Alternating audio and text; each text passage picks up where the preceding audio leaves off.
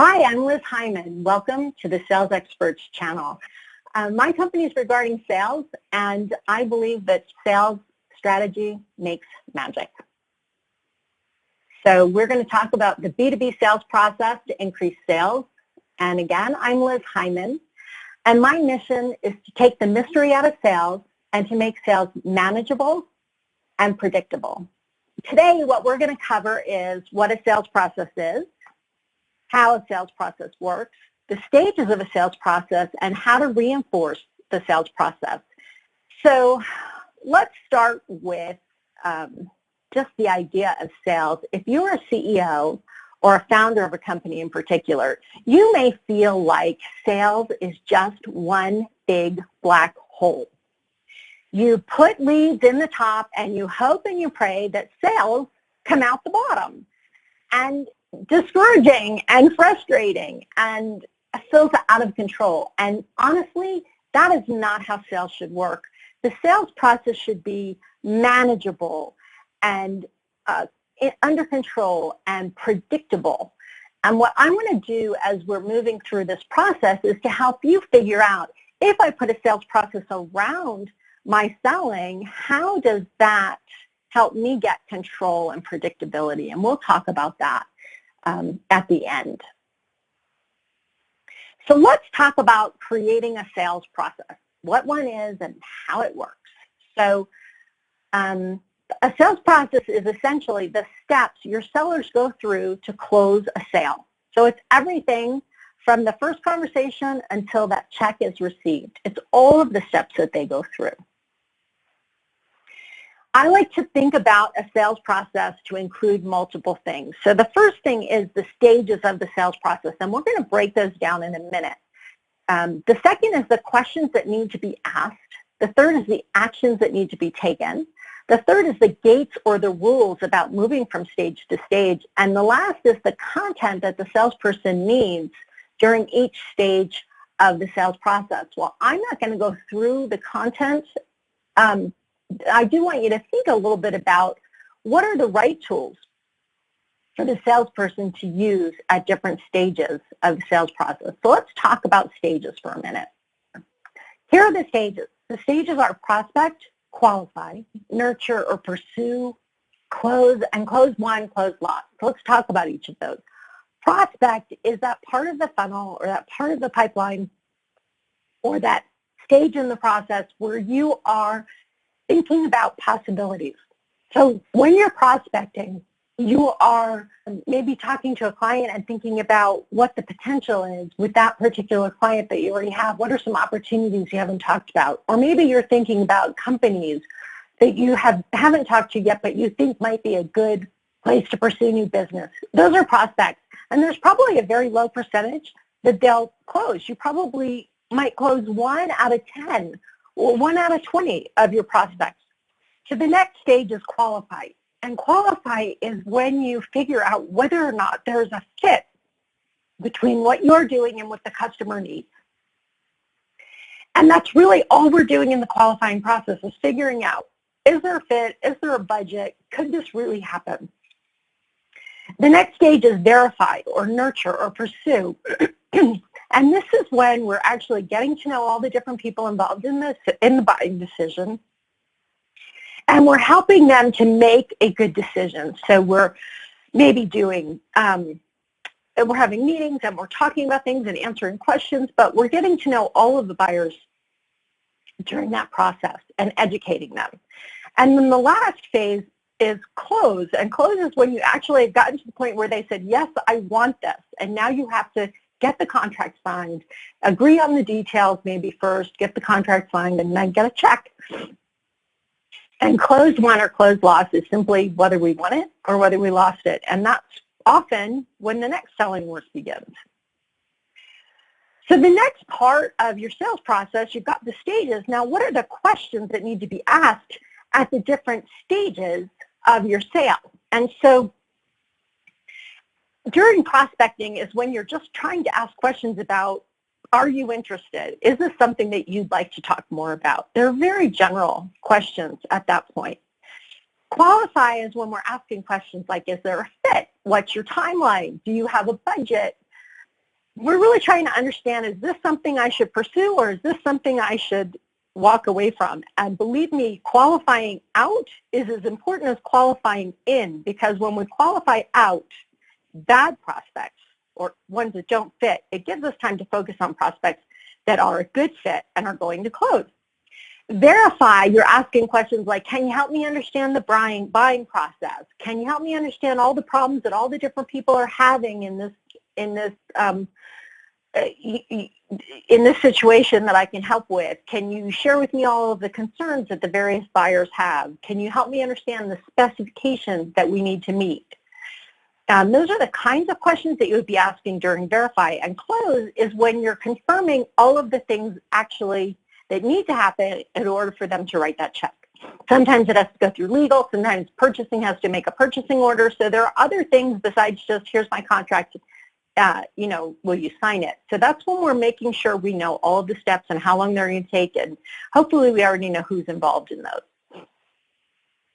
The next part of our sales process is actions. So in every stage, there are a variety of actions that need to take place. So when we're prospecting, we're sending content, we're sending emails to see if we can get attention. Maybe we're sending cards or mail or postcards or something to try and get their attention. Maybe we've got marketing has put out ads.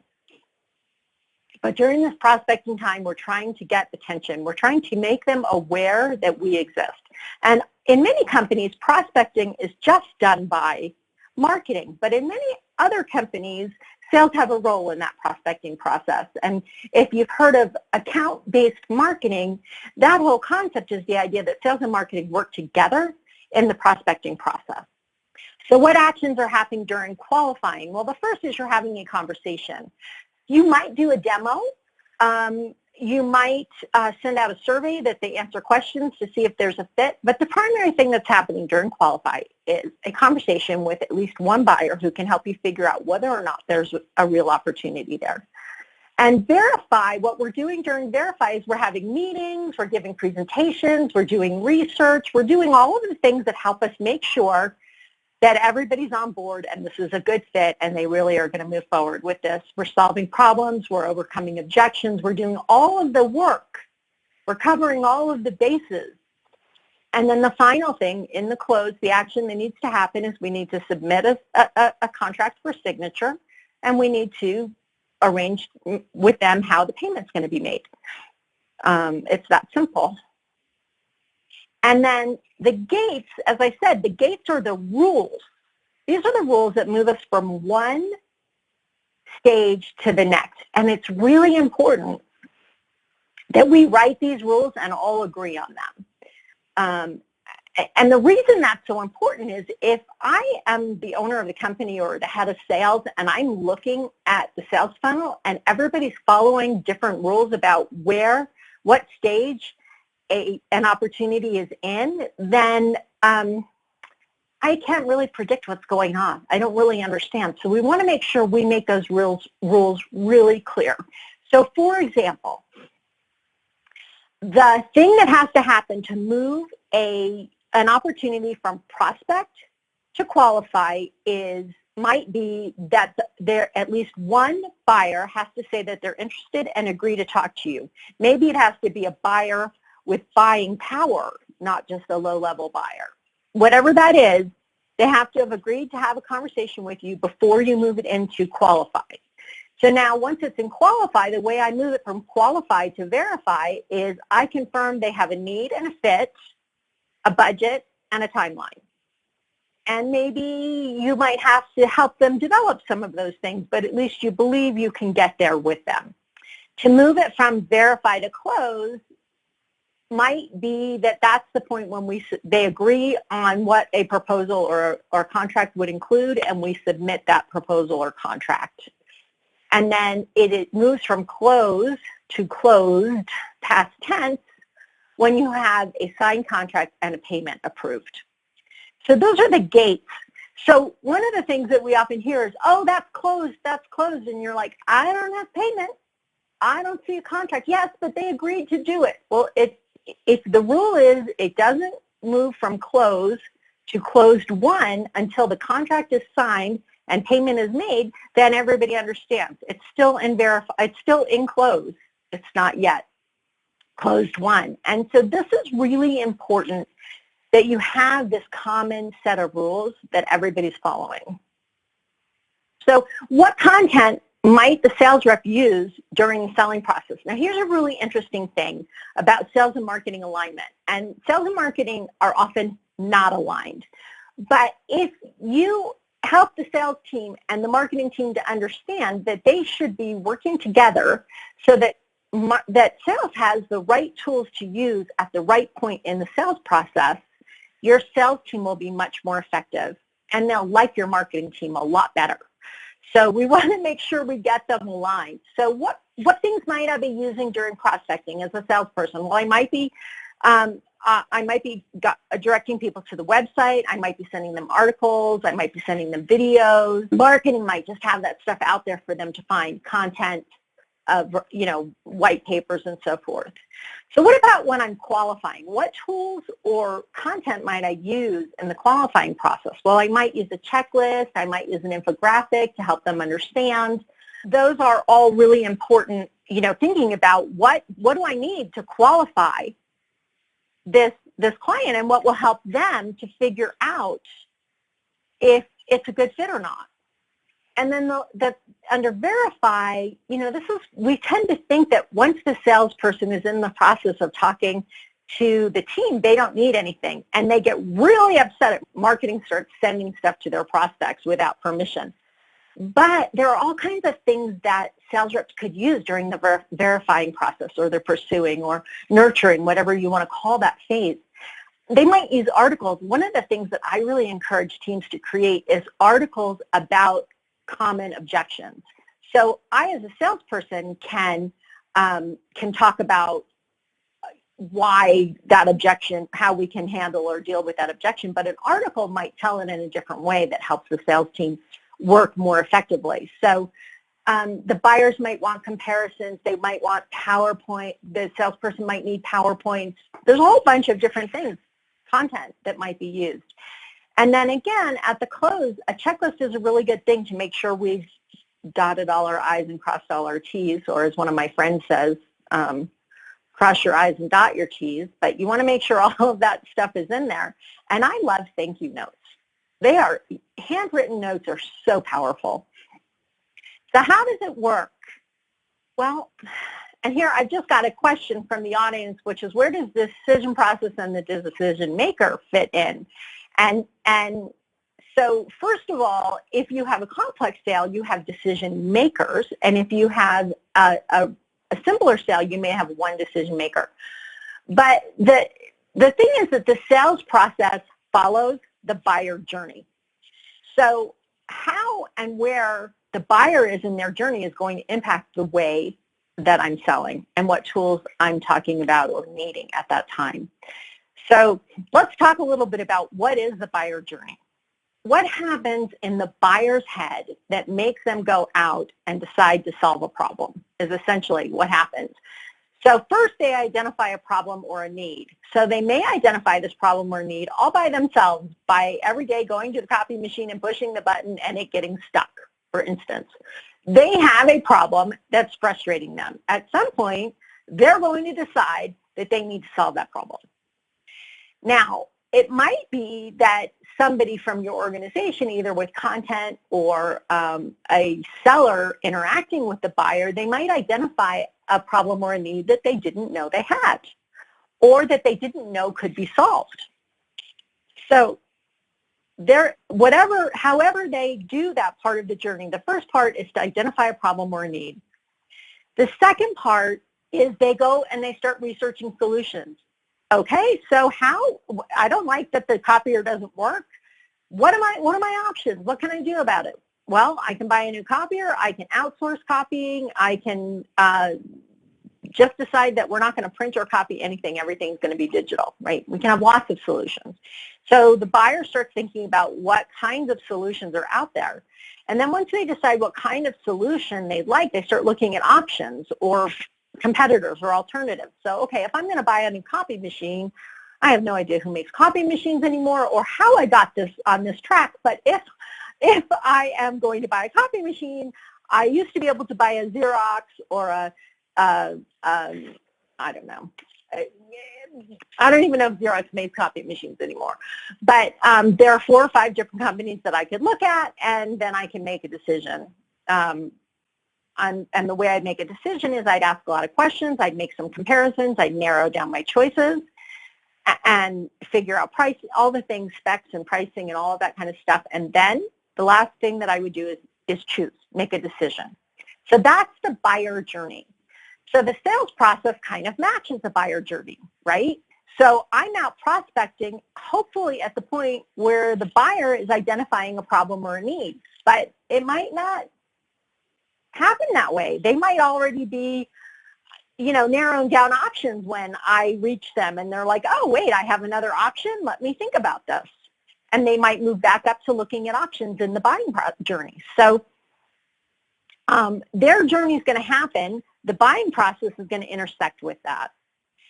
So where the buyer journey and the sales process intersect impacts how long the sales cycle is, what activities the salesperson is going to have to engage in, and how much influence the sales rep actually has on the outcome. Because the earlier I am involved in the buyer journey, the more impact I have on the final decision. So the thing that's really important is the reason we have a sales process is we want to make sure that all of the steps are followed.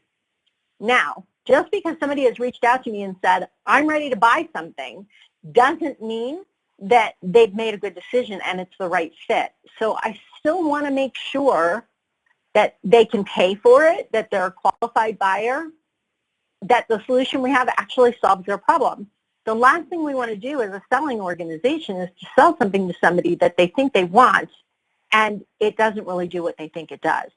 So we still want to make sure that they're qualified, and then we maybe can skip through all of the verifying and we still need to go through the process of closing. If we are in the seller's position, we still need to, again, confirm the budget, the timeline, and the fit, confirm the buying process. Okay, you say you're going to buy that. Who else is involved? What has to happen? What do I have to do in order for this sale to close? And then make sure all the steps are complete. So these things will still have to happen, but they might happen in 20 minutes instead of over 6 or 8 months. So if the buyer is at the very end of their journey, the selling process is going to be compressed. If the buyer is at the very beginning of their journey, maybe you're just introducing an idea to them they never thought of, that buying process is going to be expanded. So the further they are in their journey, the shorter the sales cycle, but not always a benefit, because if they're further along in their journey and they've been talking to somebody else, you may not have a lot of influence on the outcome and you may not win that deal. So pros and cons of where you intersect in the buyer journey, and sometimes you can impact that and sometimes it just happens the way it does. So that's what a sales process is. That's how it works. What's really important is once you guys decide on what that sales process is, you have to reinforce it. This is a culture change for your salespeople, for your sales managers, for your leaders, for your people in finance. So once you decide what it is, it's really critical that leadership reinforce this. So how do you reinforce the sales process? Well, the first thing is you agree on language. And you make sure you're all using the same language all of the time. So if we decide we're going to do prospect, qualify, verify, close, close won, close lost, those are the words everybody uses. I don't start calling it pursue or nurture, or I don't call it anything else. We use the same language, we agree on it, we stick to it, and everybody's in the same place. We all understand each other. Having a sales process relies upon a common language, or having a successful sales process. The second thing is we've agreed on the rules. We're all going to follow the same rules. So everybody you have to write them clearly, everybody has to understand them, and everybody has to follow them. The third is if we're using a CRM or if we're using an Excel spreadsheet, in order for this sales process to be effective, the sales reps have to be updating it in whatever tool we're using, whether it's a CRM or a spreadsheet, so that the sales manager or the sales leader or the CEO can follow and see what's going on. The fourth thing is that if you want your team to use the same language and follow the process and keep their funnel updated or their pipeline updated, you have to review it. The sales leadership or the company leadership must review those funnels with them consistently, regularly, using the same language and the same process every single time. And then we want to confirm results. So okay, they told me all this stuff. Now, tell me what's the next step. Tell me what happened. Prove to me that you had that meeting. You want to make sure they're not just telling you a story, that everybody is doing the same thing the same way, and they're actually going out and doing the actions that they say they're going to do. So let's talk for a minute about using the same language. So that means that we're all going to agree on what you call the stages. We're going to use the same terms in the same way in the CRM. We're going to use the same language in funnel reviews and discussions and strategy sessions. And that comes from leadership. If leadership doesn't stick to the same language, the salespeople will stop using it and the process will go away. And then the next thing is we want to all follow the same rules. We want to agree on the definitions. We want to agree on how we determine close dates. We want to agree on what actions happen when. We want to agree on what questions must be asked, and we want to agree on who must be met. So if you have a complex sale and you know that you have to meet with the CEO or the deals tend to get lost, then that's one of the rules. You have to meet with the CEO. Or if you have to meet with the attorney because the contracts are very complicated every single time, then they have to meet with the attorney early on instead of letting it hold up the sale. So we agree on all of these rules and actions and questions, and we build them into the sales process and we confirm. So that part about confirming, if the rule is that you have to meet with the attorneys further up than in the close, then as the sales leader, you need to say, hey, did you meet with the attorney? And what's your plan to get the contract approved when the contract comes out, right? So we want to make sure we confirm that they followed these actions. So expect CRM updates. So it's not good enough to just say, oh, you got to update the CRM, you got to update the funnel, you got to update the pipeline. You have to actually set expectations for post-meeting updates, meaning when you get out of a meeting, go update the funnel. Don't wait until the end of the month to do all your funnel updates. After the meeting, update the funnel. So I also want to set a timeline for pre-funnel cleanup. So even though I'm updating all the time, if you and I are going to have a funnel review or a pipeline review, you need to have the funnel updated the Friday before our Monday meeting or whatever, so I can look at it. There are regularly scheduled funnel reviews, whether they're weekly or monthly or quarterly. Probably monthly is ideal for most. Unless you have a very short sales cycle, then weekly is necessary. But it's agreed upon scheduled time, and you know it's going to happen. And then you schedule a time for post-funnel cleanup. So if we talked about the funnel and I said to make all these changes, then you want to agree to when those changes are going to be made, not 2 days before the next funnel review.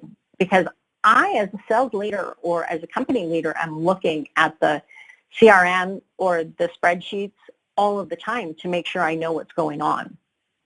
And I want to talk about a funnel review. So a funnel is, you've all heard the word funnel or pipeline, one or the other, but the idea is that this is the way that the leads go through the process. We call that process a funnel or a pipeline. So when you do a funnel review, you check the stages, make sure everybody's in agreement about the stage that opportunity is in.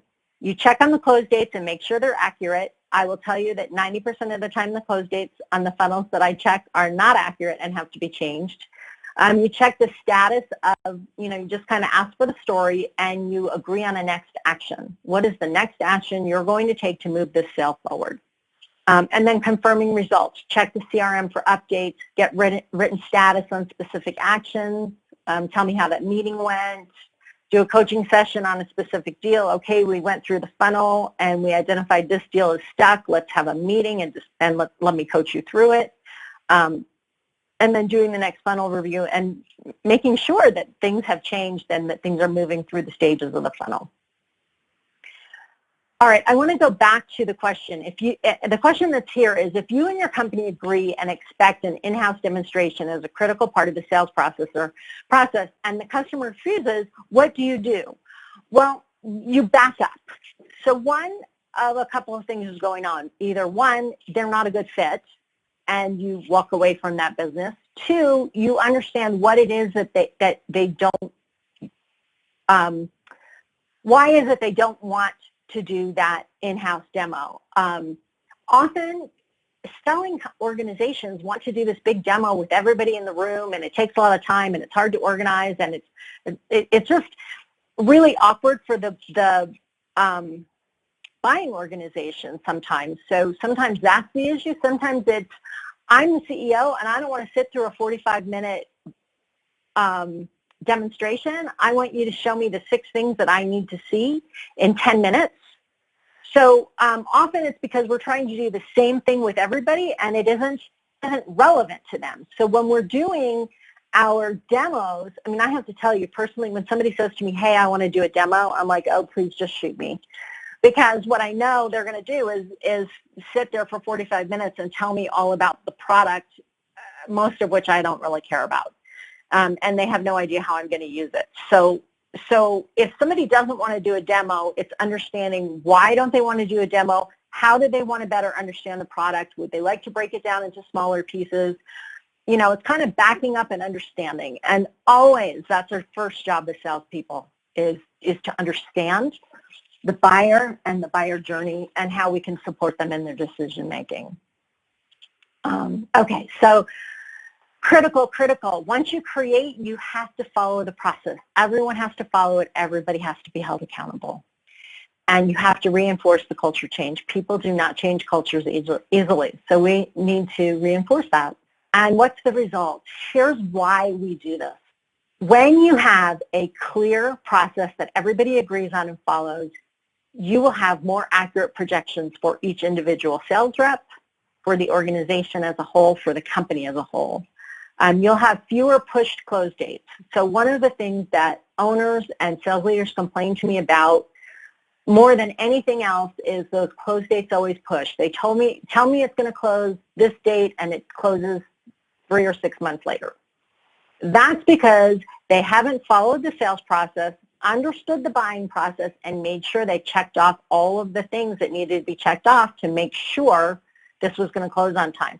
Now, sometimes things happen like COVID, and close dates get totally messed up, or a budget changes, or the generators in the hospital break down and it's $25,000 to fix them, and therefore they're not going to purchase this. Those things happen, but the majority of the time the reason close dates push is because the sales reps did not follow all of the steps of the process. They didn't meet all of the critical buyers. They missed steps, they missed questions, and something snuck up on them that they weren't prepared for. Having a process gives you more control. Sales doesn't feel like this out-of-control thing that you have no idea, put stuff in the top and hope stuff comes out the bottom. You actually can monitor and manage and coach and support your sales team and make changes to the organization, whether it's a sales organization or the marketing organization, whatever it is, the messaging to support your team so that they can be successful. And that's my next, control and support. And the final is you will have more sales revenue. When you have a managed sales process, the result is almost always more sales revenue. If it's not, there's some bigger problem we need to figure out. So that is what I had for you. And I'm going to tell you now I'm open for answering as many questions as you'd like to answer. We have about 15 more minutes for me to answer questions. If you would like to ask me questions and you don't want to do it in this environment, you have a couple of choices. One, you can reach out to me on LinkedIn. I'm Liz Heiman on LinkedIn, or Twitter or Facebook, but LinkedIn is probably the best. You can schedule a a call with me, and I'd be happy to do that with you. The easiest way to do that is if you go into the attachments, it's a schedule a sales strategy session. It's a 30-minute free sales strategy session, and you can ask me any questions that you want. I want to thank you all for spending some time with me today. I really appreciate it. You can email me at liz@regarding-sales.com. Easier than that is to find Liz Heiman at LinkedIn and send me a message. I would encourage all of you to connect with me on LinkedIn and just send me a connection request that says, hey, I was on your webinar, and I will be happy to connect with you and engage with you on LinkedIn. I hope you all have a happy and healthy rest of your day and rest of your week, and I'll talk to you soon, I hope.